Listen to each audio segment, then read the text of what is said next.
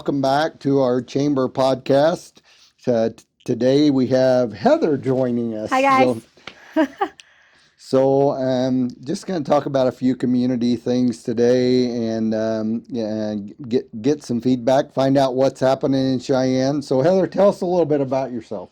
I guess I could at least give your last name. Yeah, it's a hard one. I'll let you do it. I'll let you introduce yourself. Awesome. I'm Heather Smith. I've served on the Chamber Board for 5 years. My husband and I own Livin Well Family Chiropractic, and we opened that in 2012. So just hit our 12-year anniversary there of being business owners here in Cheyenne. I'm a mom to 2 girls in the school district here, both elementary aged, and I grew up in Cheyenne, so this is what I call home. So grew up in Cheyenne. So talk about your path to get back here to own a business. Sure, yeah. I went to Central High School. That's where I graduated from. And then I actually played college softball at UNC in Greeley for a couple years. That's where I met my husband. We both got our pre-med degrees in Greeley at UNC and then continued our doctoral degrees in Davenport, Iowa. We knew we wanted to be chiropractors. We knew we wanted to live back here, but we looked in the surrounding areas, and truthfully, there's more chiropractors in Fort Collins, Colorado than the entire state of Wyoming. So we knew that we were more needed here in my hometown, and I still have family here. I love it here. It's where I want to raise my kids. So after living in Davenport, Iowa, Cheyenne seemed like a pretty good place to live, right? Yeah, definitely. Yep. Nothing against the Iowegians. I have many friends that are Iowegians, but hasn't ever been a place that is drawn to me. So you and your husband you went to your undergraduate. So did you get married before you went to? Nope, we got married in the middle of chiropractic school. So before we graduated, about a year before we graduated, we got married. Okay, so you got married and you're in chiropractic school, and so in every as always happens in every marriage, there's a great negotiating process about where are we going to live, what we're going to do, who we're going to do. So, where's your husband from? He's from Lyons, Colorado. Okay. So he's a greenie. So where's Lyons, Colorado at? It's near Boulder and Estes. Okay. It's a very small town right at the base of the mountains. It's beautiful. Gotcha. So you're having this grand negotiation about coming here, and so what were some of the deciding factors that you said, hey, we want to kind of come back to where we grew up? I mean, just being true, it's traffic. I don't love sitting in traffic. I love being able to get from one side of town to the other in 15, 20 minutes. And that's even like when I grew up here, it was probably you could get to one side to the other in 10 minutes, but Cheyenne's growing, which is great. I love the people in Wyoming. I think we have fantastic people here. I love the teachers. I think it's a great place to raise kids just with the Wyoming values, truthfully. And Colorado's just on the other side. It's of the border. It's easy to get to. You want to go down there once in a while, but for me, I don't want to live there. Gotcha. So raising your kids here in Cheyenne, but also went to school here. So did you do all your grade school and high school here? Yep. Mm-hmm. I was born in Douglas, but by the time I started school, my family had already lived in Cheyenne. Yep. So, what have you seen in Cheyenne that has changed that you like? And maybe think about things also, this is not what I expected, or this didn't turn out as well as I expected. I think we should scale that question. Positives and negatives. You know what? Yeah. I think I'm going to interview you next on those questions. I love the growth of Cheyenne. I love the beautification. I love that we are improving areas of town that need work. Buildings that need work. I love seeing our local communities pour back into our community. So local businesses investing, I think, is great. I love the beautification program through the chamber. Our office won that one year when we built our clinic. It was just a bare, old lot with potholes in it and everything. And so we turned that spot into what I think is a beautiful building. And just kind of seeing areas around town just spruce up. I also do love seeing new developments coming in. I love seeing new schools. I know that's a touchy subject right now, but I do love the fact that we are growing and investing in the youth. And then things that maybe I don't love, I honestly don't know at this point in time. I mean, I'm a little bit concerned about where we're heading in the next 10 years when it comes to, what type of people we're pulling into Cheyenne. are we pulling the right age categories in, and how do we get those, young professionals, young families to want to move to Cheyenne? I hope that we're bringing the right type of culture here. So I think that is a big concern for states across the country right now, right? So one of the through our work with Association of Chamber of Commerce execs, we sit down about every 10 years and we look at um, things that are going to be not necessarily good or bad, but just what are some things that are definitely going to impact business and communities over the next decade, right? And so one of the things on our list was this thing called surge, right? So surge is really just the movement of people, um, movement of people from place to place, right? So you see that a lot in America right now, where, um, certainly in Wyoming, we've had a lot of folks move from California and Oregon. Maybe we call them political refugees. Maybe they think that the middle of the country agrees with more with my political positions. You've had folks move. There's going to be a lot of people move out of Florida, or I expect that there would be. There typically is after some big natural disasters, right? That, hey, I don't want to live in Florida anymore. I'm tired of, I don't like to have to mop out my bottom floor of my house every couple of years. Mm-hmm. And so this movement of people is, we just haven't ever done that before, right? I mean, so are your parents' family, are they from Wyoming Yep. as well, right? Yep. So, I'm the same way, I grew up in Oklahoma, but my family had been around Oklahoma. My grandmother's family, I think, came on the Trail of Tears actually, and my grandfather's family moved just after the Civil War first. So we are very used to locating in ones. We were not a very mobile society. Sure. So what do you think that does to us long run when um, we have these influx of people coming in? I think we're all trying to figure that out. Yeah. I'm going to use the word threatens. I think it threatens change. I don't think you can have a bunch of people moving in that doesn't create eventually a cultural shift. I'm just hopeful that it creates a positive change. I think that we all resist change, especially in Wyoming. I can be guilty of that too, because we love things the way they are. We have it so good here. Things are great, just don't mess with us. But I mean, the only constant in life is change. And I think we need to learn how to embrace that and maybe have, large organizations help guide the change of Wyoming and the change of Cheyenne specifically, so that it's something that we all still want to call home. We all still want to raise our children here. I think one of the challenges is, especially, excuse me, somebody like you who's got younger children, right? So we're caught in this irony, right? The irony of, well, we like the hometown feel and we like where we know our neighbors, and Wyoming has kept that over time. But also you have to look out to the future of those kids and say, okay, is there going to be a way for you to make money here? Right. Are you going to find a job that you like here?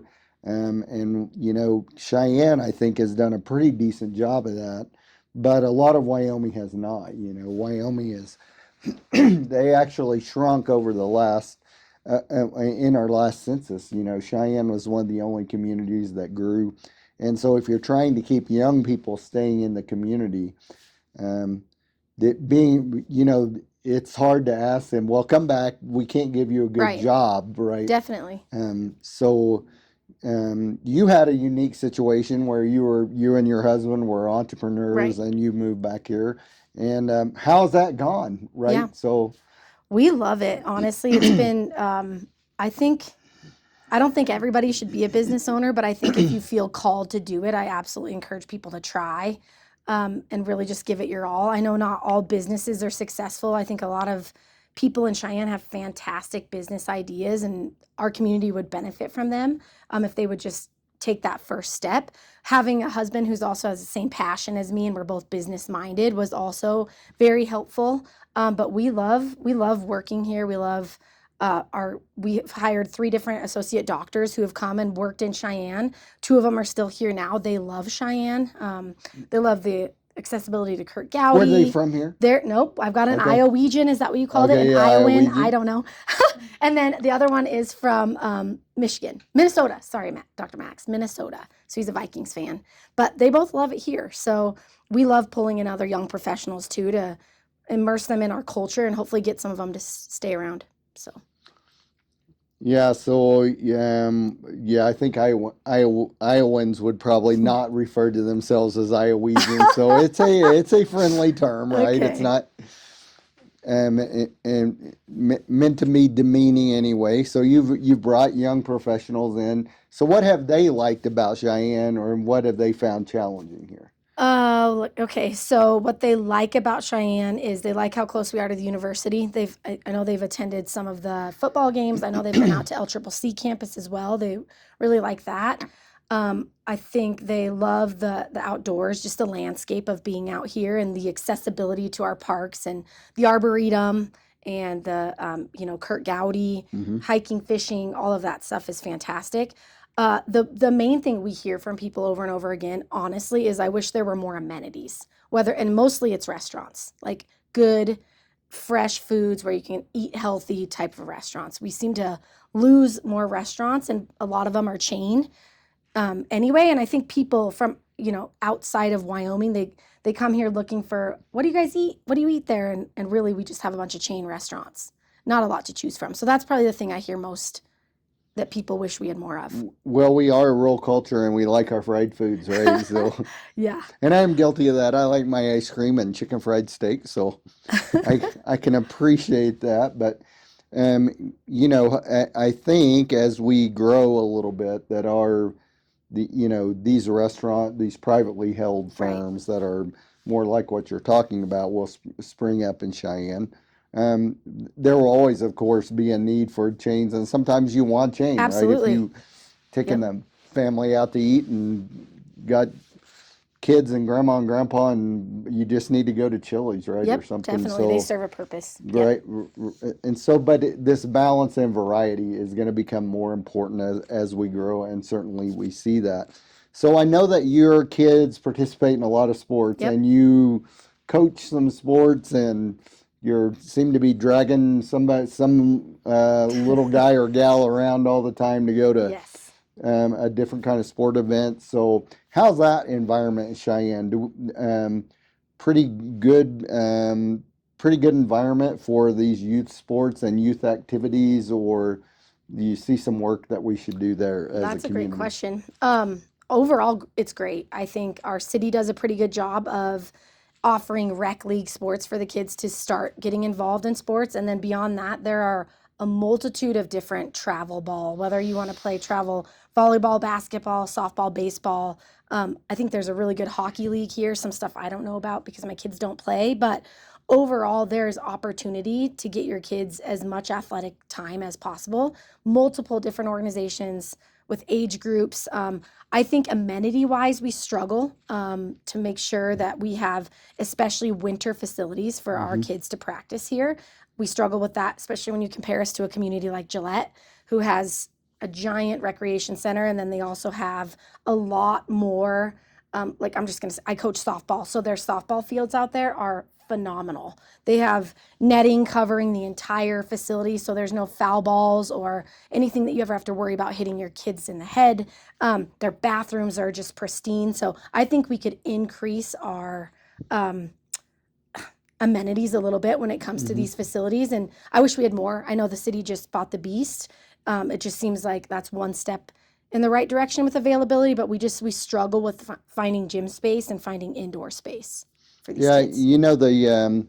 if you got kids that play outdoor sports, right, the weather here is a little bit of a challenge because I mean we got Halloween coming up, and it's always fun to go trick or treating, but it's a little rough whenever you have to wear your Yep, coveralls, right? So definitely. probably not this year. It's been Yeah, it beautiful, has. but I just say that to say we have some challenges that are Mm, kind of out of our control, right? So, soccer's a big thing across the U.S. Can get a lot of kids involved in that kind of thing, but it's tough here.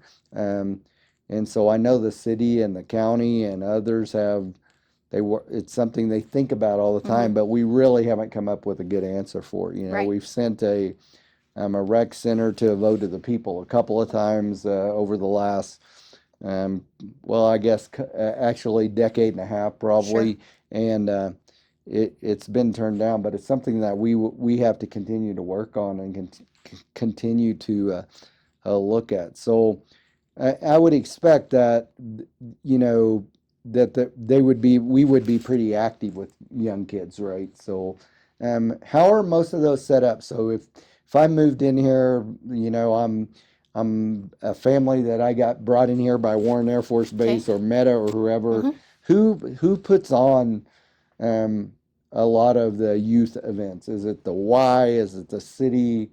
Um, I would say for the most part, the younger the kiddos, the why. You know, okay. those like age 3, 4, 5, 6, the YMCA has really great programs for that.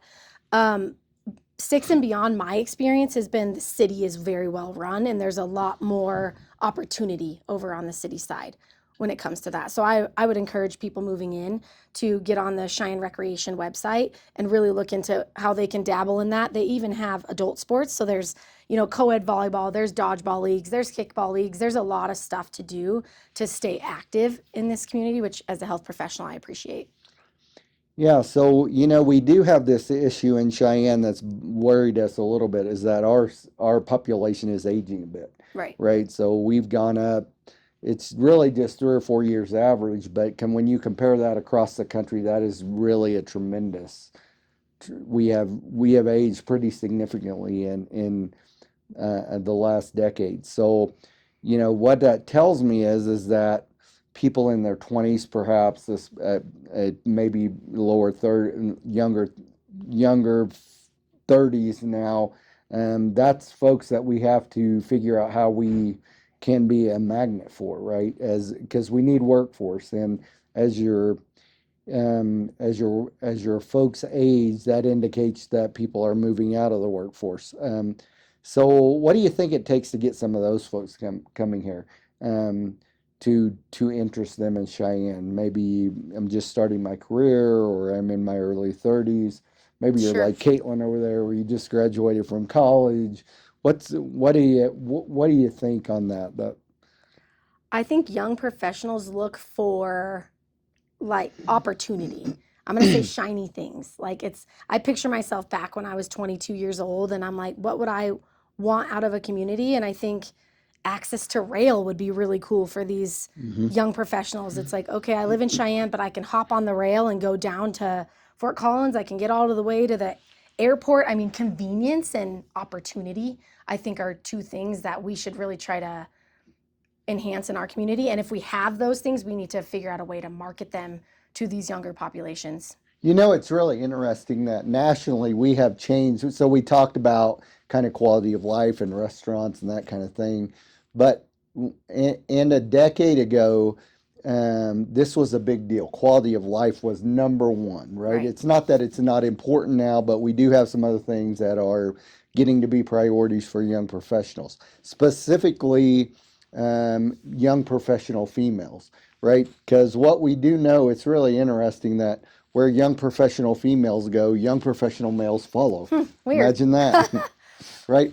So, and they have changed on the fact that number one for them now is the opportunity you're talking about. Can I find a job that will pay me a good wage, right? Number two for them is kind of this advancement, right? If I go there and work, whether I go to your chiropractic clinic or I go to a data center, or I go to work in accounting firm, whatever I do, is there a chance for me to advance Absolutely. and earn more money and build my career? But not too far down the list is transportation. They want to live in communities that they can get around easily.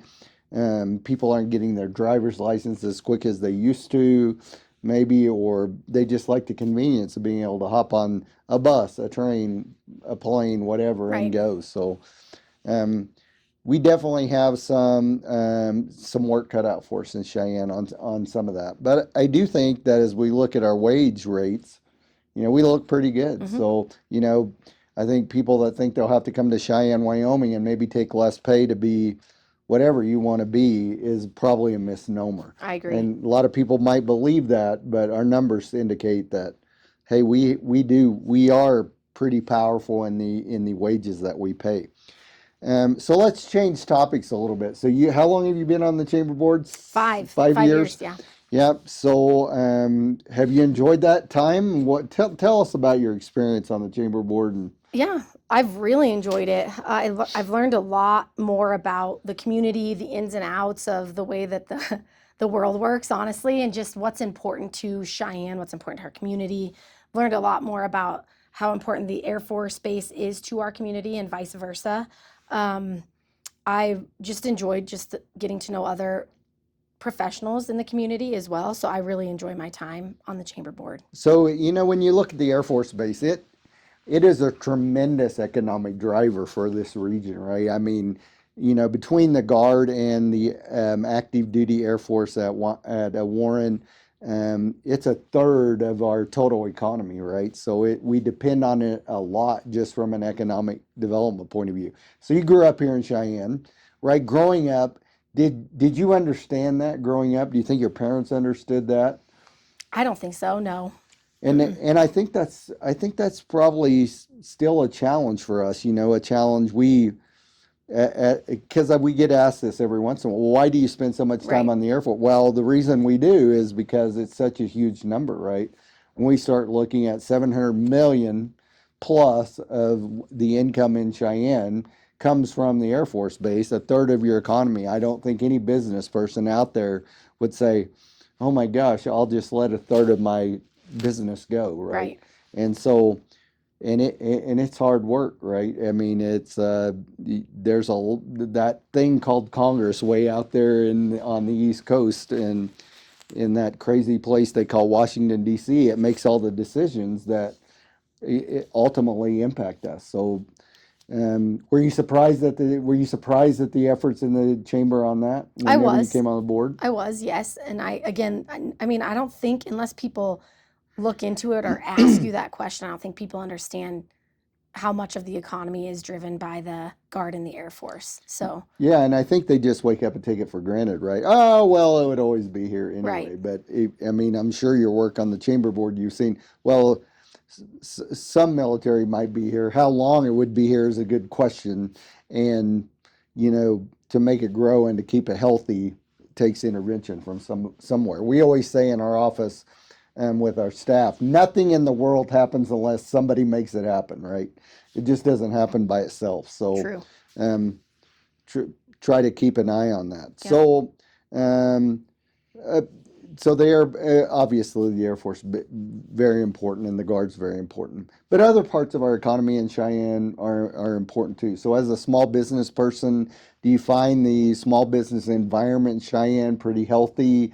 Do you find that talking to colleagues around the nation easier to do business here, harder, about the same, mixed bag? Do you think? I think maybe a little bit more on the easier side than the harder side, honestly. In my business, I feel like talking to colleagues around the world, there's people that struggle with all sorts of different regulations and things.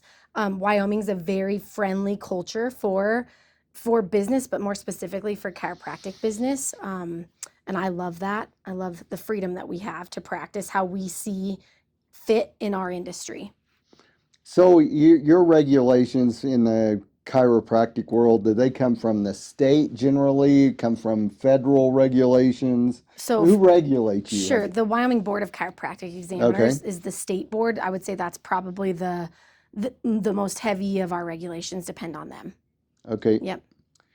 And owning a business, of course, you have to follow all the other Hmm. regulations. Yep. Um, and this is something that worries me, as I sit and we go through sit and listen to city council, county commission, the state legislature, doesn't matter. Our environments are changing, right? And so we tend to elect fairly conservative folks in Wyoming. But as the head of the U.S. Chamber pointed out to me not that long ago, if you're a business person, you don't really care. You don't really care whether your requirement in your regulation is a liberal requirement or a conservative requirement. Both of them put a requirement on you, Hmm. right? So I think that's one thing that states like Wyoming that are more conservative in nature are challenged with is that it seems like politicians all want to kind of drive the world toward their view of it, right? Sure. And one thing in Thomas Jefferson always said, "I have the right to swing my fist to where your nose begins." He doesn't say whether he swings his right or left Hmm. hand, but it's just the fact that I have another requirement. So Chamber's very involved in legislative work because we're aware of that, right?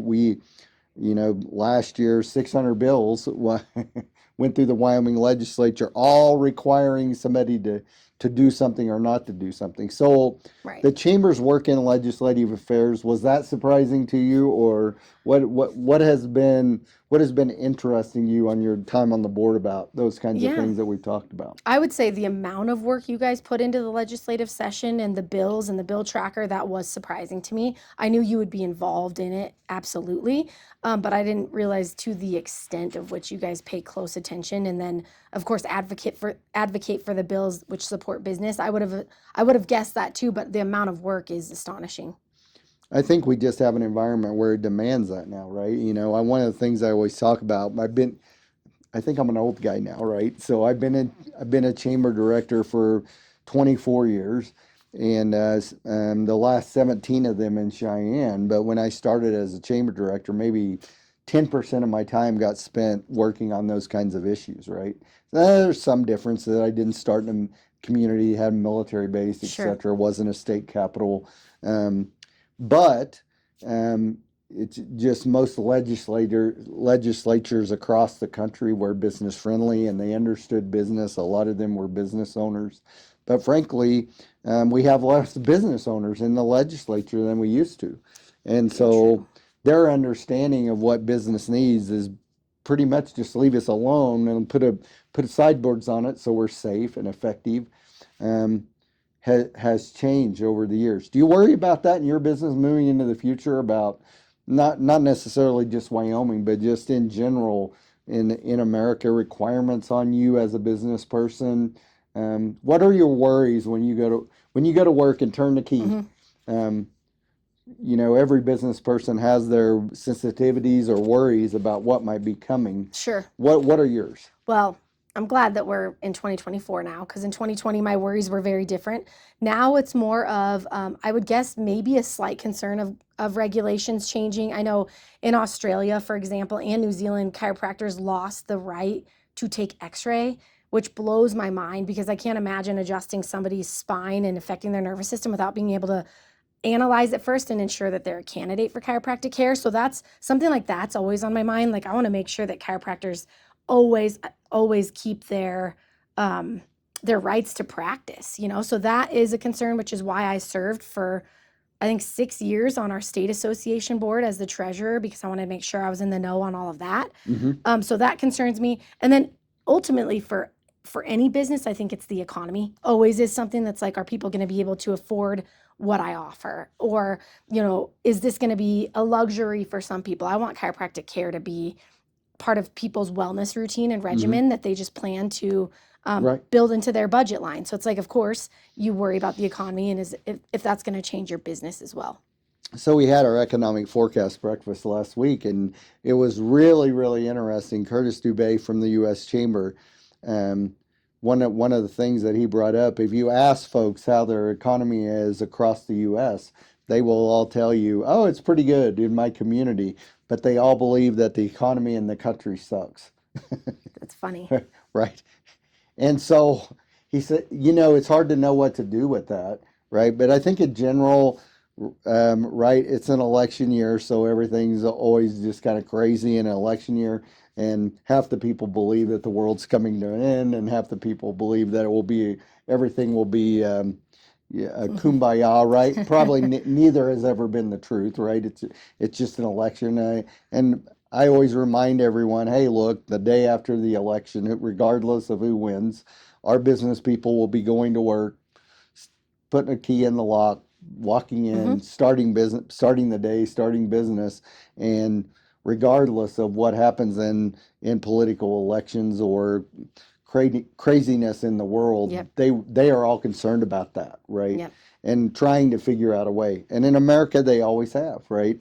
And I think as you look in the economy in Cheyenne, certainly we've had people that they've dealt with all kinds of crazy things, from elections to pandemic to 48 inches of snow to, days and on days of high cold winds, and yet somehow they figure it out and they move forward. So we try not to keep these podcasts too long. What would you tell to somebody who is thinking about starting a business in Cheyenne and Wyoming? Give them a word of encouragement. Talk about what you would tell them. If I Sure. said, "Hey, I'm thinking about starting a business, Heather. What do you think?" My mentor always told me when I was back in school, when we went over our business classes, he literally said, go to your chamber of commerce. He's like, you want to get to know your community. You want to get to know other business owners, go to luncheons, just meet people, spend your first 6 months really just picking a new table to sit at every single month. So I encourage you, if you are thinking of starting a business, start at the chamber first. Just come meet the community, make sure it's a business you feel, or a community you want to be a part of. And then beyond that, make connections with banks. I mean, like, we love our banker, and if it weren't for him, I don't think we'd be where we are now. And he took a chance on us back in 2012. But I think right now, with that culture, you have to have a relationship with your banker, and they have to be willing to. Who's your banker? Give him a shout Aaron out. Courtney, Okay. with Jonah Bank. He's been with us since literally the beginning of Livin Well. So I would say making sure you have a good relationship with your banker, or making one, and then being a part of, whether it's the Chamber of Commerce, go with a guest to people to the Kiwanis Club, the Rotary Foundation. There's so many different ways you can become connected with the business community, but don't open a business without making connections, because that's really what it's all about.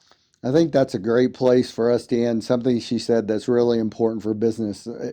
I think any business anywhere, and that is, at the end of the day, you do business with people, right? So for all of the internet and ability to market yourself, and there's certainly many wonderful ways to do that online and in online communities and things like this and podcasts. At the end of the day, we do business with people, and the more personal relationships you can build, certainly that's what will help your business survive over time.